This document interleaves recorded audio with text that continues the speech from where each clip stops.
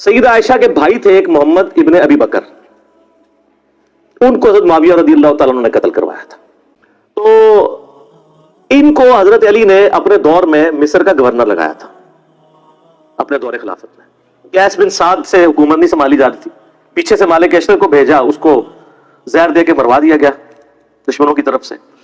तो मोहम्मद बिन अबी बकर मिस्र के गवर्नर थे, तो ज़ाहिर है कूफे से दूर था, शाम की बाउंड्रीज लगती थी, वहां से हजरत मुआविया की छापादार जो टीमें हैं वो हमले करती थी, तो मोहम्मद बिन बकर को कत्ल करवा दिया। हत्ता कि एक गधे में इनकी लाश रख के उसको आग लगा दी गई। अस्तगफिरुल्लाह। और ये इसके ऊपर इजमा है, कोई दुनिया में इसका इनकार नहीं करेगा। हमारी अहले सुन्नत की तमाम किताबों में मौजूद है, जितनी भी सहाबा कराम की बायोग्राफी पे लिखी गई हैं, आप चाहे वो आप तारीख तबरी पढ़ के देख लें, इब्ने जरीर अल मुतवफ़्फ़ा 310 हिजरी, तारीख इब्ने कसीर की अल मुतवफ़्फ़ा 774 हिजरी, आप अल इस्तियाब इमाम इब्ने अब्दुल बर की पढ़ के देख लें, अल मुतवफ़्फ़ा 468 हिजरी, आपको सारी किताबों में। इब्ने असीर की जो है उसुदुल गाबा अल मुतवफ़्फ़ा 630 हिजरी, जिसकी शरह इब्ने हजर अस्कलानी अल मुतवफ़्फ़ा 852 हिजरी, अल इसाबा उन्होंने लिखी। 8000 सहाबा कराम के हालात जिंदगी उसमें लिखे हैं, उर्दू में तर्जमा होके आ चुकी है। आप उसमें मोहम्मद बिन अबी बकर का पढ़ लें, उनके साथ क्या हुआ था। हत्ता कि सही मुस्लिम शरीफ में भी इसका जिक्र मौजूद है। इंटरनेशनल नंबर के मुताबिक 4722 इशारतन सही मुस्लिम में आता है। अम्मा आयशा से एक बंदा मिस्र से मिलने के लिए आया, तो उन्होंने पूछा, हाँ मिस्र के हुक्मरान की क्या हालत है, क्योंकि अम्मा आयशा के भाई को मार के तो वहां हजरत मुआविया ने अपना हुक्मरान लगा दिया था, और मिस्र जो है वो छीन लिया था हजरत अली से। तो जाहिर है जो दुनियादार बादशाह होते हैं वो अपने चमचों को नवाजते हैं, तो उनका हमारा जो गवर्नर वो तो बहुत अच्छा है, हमारा खर्चा पानी खत्म हो जाए खर्चा दे देता है, हमारा जो घोड़ा मर जाए नया घोड़ा खरीद के दे देता है, और अगर कोई गुलाम मर जाए तो नया गुलाम दे देता है। तो सईदा आयशा ने कहा कि जो कुछ तुम लोगों ने मेरे भाई मोहम्मद इब्ने अबी बकर के साथ किया, तुम्हारे इस मिस्र के गवर्नर ने और इस पार्टी ने, ये बात मुझे इस चीज से नहीं रोकेगी कि मैं तुम्हें रसूलुल्लाह की एक हदीस सुनाऊं, जो इसी हुजरे में जहां तुम मुझसे मिलने आए हो, अम्मा आयशा वो पर्दे में मिला करती थी, इसी हुजरे में मैंने अल्लाह के महबूब सल्लल्लाहु अलैहि वसल्लम से सुना था कि आप अलैहिस्सलाम ये दुआ किया करते थे, ऐ अल्लाह जो हुक्मरान अपनी रियाया के साथ सख्ती करे तू भी उसके साथ सख्ती फरमाना, और जो अपनी रियाया के साथ नरमी करे तू भी उसके साथ नरमी फरमाना।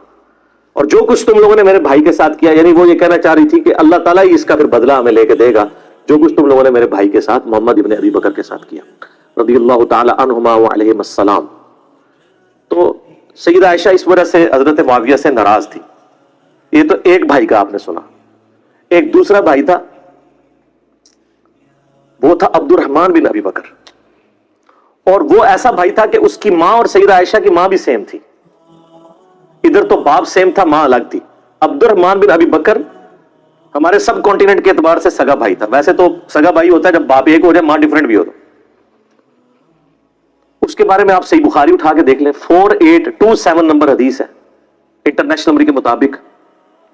मरवान जब हिजाज का गवर्नर होता है, मस्जिद नबी में खुतबा देते हुए वो बार बार यजीद इब्ने मुआविया का जिक्र करता है, ताकि वो बैत ले हजरत मुआविया के बाद उनके बेटे के लिए। ये बुखारी के अल्फाज हैं। और इसके लिए ज़ाहिर जब वो फजाइल और बरकत, जैसे यहां भी होता है कि उम्मत के वसी तर मफाद में, या मेरे अजीज हम वतनों, ये वही चीज। तो अल्लाह ताला ने अमीरुल मोमिनीन को ये बात सुझाई है। अच्छा, ये बुखारी में भी हदीस है, और ये आपको ढूंढना को मुश्किल नहीं है। आप तफसीर इब्ने कसीर खोल के सूरतुल अहकाफ पारा नंबर 26 में आयत नंबर 17 के कॉन्टेक्स्ट में बुखारी की हदीस और जितनी और हदीसें हैं, ये हदीस अल मुस्तदरक लिल हाकिम के अंदर भी मौजूद है बड़ी डिटेल के साथ, और ये हदीस सुनन निसाई अल कुबरा के अंदर भी मौजूद है बड़ी डिटेल के साथ। और ये सारे के सारे तुर्क हाफिज इब्ने कसीर अल मुतवफ़्फ़ा 774 हिजरी ने सूरतुल अहकाफ आयत नंबर 17 के कॉन्टेक्स्ट में सारी हदीसें एक जगह जमा कर दी हैं, बुखारी की, हाकिम की, निसाई की, बाकी किताबों की। पहले मैं बुखारी वाला हिस्सा बताता हूं आपको। तो बुखारी के अल्फाज है, अब्दुर्रहमान बिन अबी बकर खड़े हुए और उन्होंने उस हाकिम वक्त को कुछ कहा। अब इमाम बुखारी ने ये नहीं बताया कि क्या कहा, लेकिन ये बात समझ आ गई गल चौबे अली की थी, अगर वो लग गई जाके, क्योंकि वो भी इस किस्म की बातें कर रहा था। वो बातें मैं आपको दूसरी किताबों से, हाकिम से और सुनन निसाई कुबरा से बताऊंगा, और तफसीर इब्ने कसीर खोल के आप लोगों के घरों में होगी, पढ़ लें, पीडीएफ फ्रीली अवेलेबल है। तो उसके बाद बुखारी के अल्फाज हैं कि वो मरवान को गुस्सा है, उसने कहा पकड़ो इसे, गिरफ्तार करो, आज के दौर में नैब के हवाले करो। تو सैयदना अब्दुर्रहमान बिन बकर फौरन जाके मस्जिद नबी के साथ एडजेसेंट अम्मा आयशा का हुजरा था, उसमें जाके छुप गए। अब इतने तो कोई बेगैरत नहीं था, इतनी इमाम देख रही थी हजरत आयशा के हुजरे में, तो वो घुस नहीं सकता था, वो तो महरम थे, उनके भाई थे। तो मरवान का गुस्सा नहीं ठंडा हुआ, उसने बाहर से कहा, हाँ अबू बकर के बेटे तू ही है ना जिसके बारे में वो आयत नाज़िल हुई है सूरतुल अहकाफ आयत नंबर 17 कि ये कहता है कि मेरे माँ बाप मुझे कहते हैं कि जब हम मर के मिट्टी हो जाएंगे तो दोबारा से जिंदा किए जाएंगे, ये तो अगले लोगों की कहानी है। अबू बकर के बेटे, ये तेरे बारे में नाज़िल हुई है, तू अपने माँ बाप को कहता था कि कुरान अगले लोगों की कहानी है। नाउज़ुबिल्लाह, कितना बड़ा झूठ बोला। तो सैयदा आयशा से बर्दाश्त नहीं हुआ, वो हुजरे के अंदर से ही बोली, उन्होंने कहा आले अबू बकर के बारे में कोई आयत ऐसी नाजिल नहीं हुई है सवाए सूरह नूर की वो आयत जो मेरी बरात में नाजिल हुई थी, हदीस इफ्क वाली। तू आले अबू बकर के ऊपर इल्जाम लगाता है। बुखारी में इतनी हदीस है, लेकिन फिलिंग द ब्लैंक्स मौजूद है, उन्होंने ब्लैंक्स इमाम बुखारी ने छोड़ी हैं, वो फिल किए हैं हाकिम ने और सुन्नी साइल कुबरा में, और हाफिज इब्न कसीर ने भी कर दी सूरतुल अहकाफ आयत नंबर 17 में। वो क्या है कि मरवान ने कहा कि अमीरुल मोमिनीन जो है ना, ये चाहते हैं कि अपने बाद अपने बेटे को नामजद कर दें, जिस तरह के अबू बकर ने भी तो उमर को नामजद किया था, हालांकि वो भी मशवरे से किया था, और दूसरा उमर हजरत अबू बकर के बेटे थे। तो क्या वो मतलब वो किस तरीके से रिजेम्बलेंस बना रहा था, तो इस पे अबू बकर के बेटे को गुस्सा तो आना था ना। तो अबू बकर का बेटा अब्दुर्रहमान बिन बकर वहां खड़ा, उसने कहा सीधी तरह क्या है, तेरा अमीरुल मोमिनीन मुआविया कैसरो किसरा के तरीके पे चलना चाहता है, अबू बकर और उमर के तरीके पे नहीं। हाय हाय हाय हाय, गल सी जी बुखारी में लिखा है, कुछ कहा और लग गई आग, उन्होंने कहा पढ़ो इनू, फिर आगे बुखारी में आता है, और उसमें आगे मौजूद है कि सईदा आयशा ने अंदर से कहा उसकुत, चुप कर, बकवास बंद कर, आले अबू बकर के बारे में कोई ऐसी आयत नाजिल नहीं हुई सवाए मेरी बरात में। और उन हदीसों में आगे मौजूद है, अलबत्ता मरवान तेरे बारे में मौजूद है, जब तू अपने बाप हकम की पुश्त में था, रसूलुल्लाह ने कहा था हकम पे लानत, इसकी औलाद पे लानत, तू उसी लानत का टुकड़ा है। हुजूर ने तो पहले इन दोनों बाप बेटा को हुजूर ने मदीना बदर कर दिया था। हजरत अबू बकर के साथ बड़ी सिफारिशें की, हजरत उस्मान ने वापस लाने की, कोई रिश्तेदार था नहीं आने दिया, हजरत उमर ने नहीं आने दिया, फिर हजरत उस्मान अपने दौर में रिश्तेदारी की वजह से ले आए, और हत्ता कि अपनी बेटी का निकाह भी मरवान से कर दिया, और फिर वही घाटे फिट हो गया।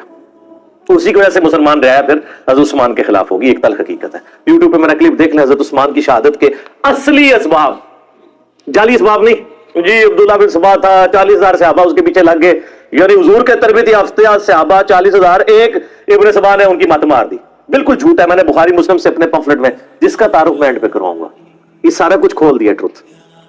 अच्छा, अब जाहिर है जब ये दुश्मनी हो तो आप क्या समझते हैं दुश्मनी खत्म होती है?